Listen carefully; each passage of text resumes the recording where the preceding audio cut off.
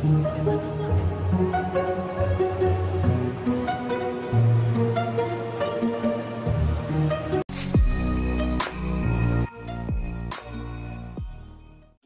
हिंदुस्तान को सोने की चिड़िया कहा जाता था, और कहा भी क्यों ना जाए, क्योंकि इस देश में इतने सोने जो थे। अगर हम 400 साल हिंदुस्तान के अतीत की बात करें तो हिंदुस्तान में अपार सोने चांदी के भंडार हुआ करते थे।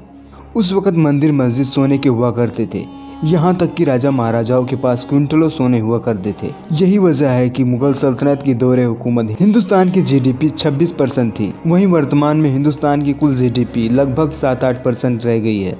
दोस्तों, GDP किसी भी देश की आर्थिक स्थिति को दर्शाती है। दोस्तों, इस वीडियो में हम बात करेंगे कि आखिर सोने की चिड़िया कही जाने वाली इंडिया कैसे कोयले की कौवा बन गई।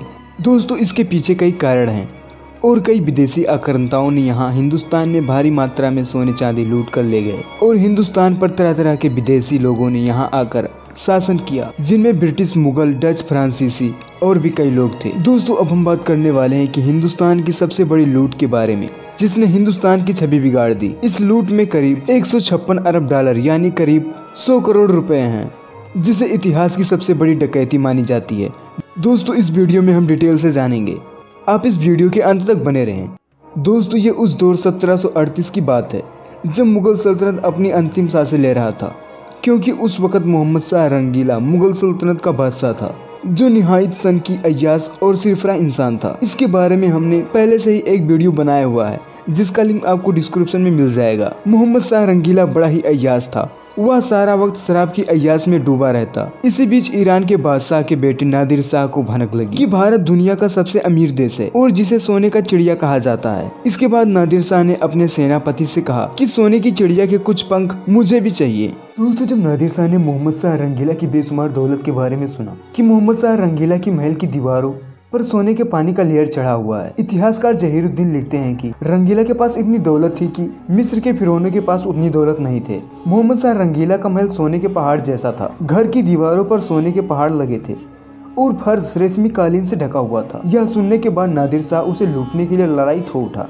और अपना लाव लश्कर लेकर हिंदुस्तान की तरफ निकल पड़ा। इधर मोहम्मद शाह रंगीला शराब के नशे में मस्त था जब उसके सेनापति ने उसको इस बात से आगाह कराया कि नादिर शाह उन्हें लूटने के लिए दिल्ली आ रहा है। तब रंगीला का जवाब होता कि दिल्ली अभी बहुत दूर है। मुगलों की भारी फौज को रोकते हुए नादिर शाह ने इस लड़ाई को महज 6 घंटे में ही जीत लिया और मोहम्मद शाह रंगीला को नजरबंद कर लिया गया। नादिर शाह 50 लाख रुपए और कुछ घोड़ों और हाथियों के साथ रवाना होने के लिए तैयार हो गया, लेकिन मुगल सेनापति शहादत खान की गद्दारी के कारण पूरा खेल बदल गया। मुगल सल्तनत के दक्कन के सेनापति निजाम मुल्क और शहादत खान की आपसी चपलूसी की कीमत दिल्ली वासियों को चुकाना पड़ा। शहादत खान ने मुगल सल्तनत के खजाने की पूरी जानकारी नादिर शाह को दे दी, जिसके कारण नादिर शाह ने पानीपत से दिल्ली जाने का फैसला किया। नादिर शाह दिल्ली गया और उसने मोहम्मद शाह रंगीला के सामने 50 करोड़ रुपए की मांग रखी। रंगीला ने रकम की व्यवस्था के लिए नादिर शाह से कुछ दिनों के लिए मोहलत मांगी। इसी बीच दिल्ली में अफवाह उड़ी कि नादिर शाह की मौत हो गई है। नादिर शाह की मौत की खबर से उत्साहित दिल्ली के कुछ लोगों ने उसके सिपाहियों को मौत के घाट उतार दिया। जब इस घटना की जानकारी नादिर शाह को दी गई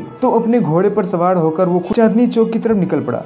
रास्ते में उसने एक मस्जिद की सीढ़ियों पर चढ़कर उसने अपने म्यान से तलवार निकालकर हवा में लहरा दी। इसका मतलब ये था कि जब बादशाह अपनी तलवार को वापस म्यान में नहीं रख लेता तब तक उसके सैनिक कत्लेआम मचाते रहते।